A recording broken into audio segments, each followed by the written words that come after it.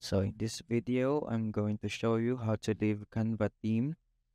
So first off, you just have, for me, I don't have any themes right now. So if I want to create a theme, if you are in the team, I will show you how later. So here, so I don't have any trial because if I do trial, it will cost me 690 pesos.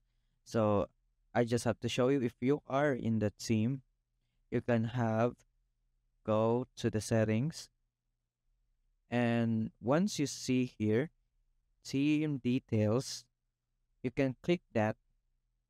You can click team details and you can actually see buttons like this, buttons like this, and it usually says leave team, and you should click that, and that's how you leave Canva theme.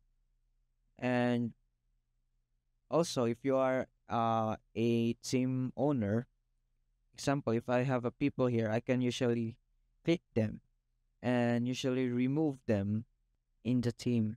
So both of you can leave, or also you can remove them if you are the team owner. And that's it.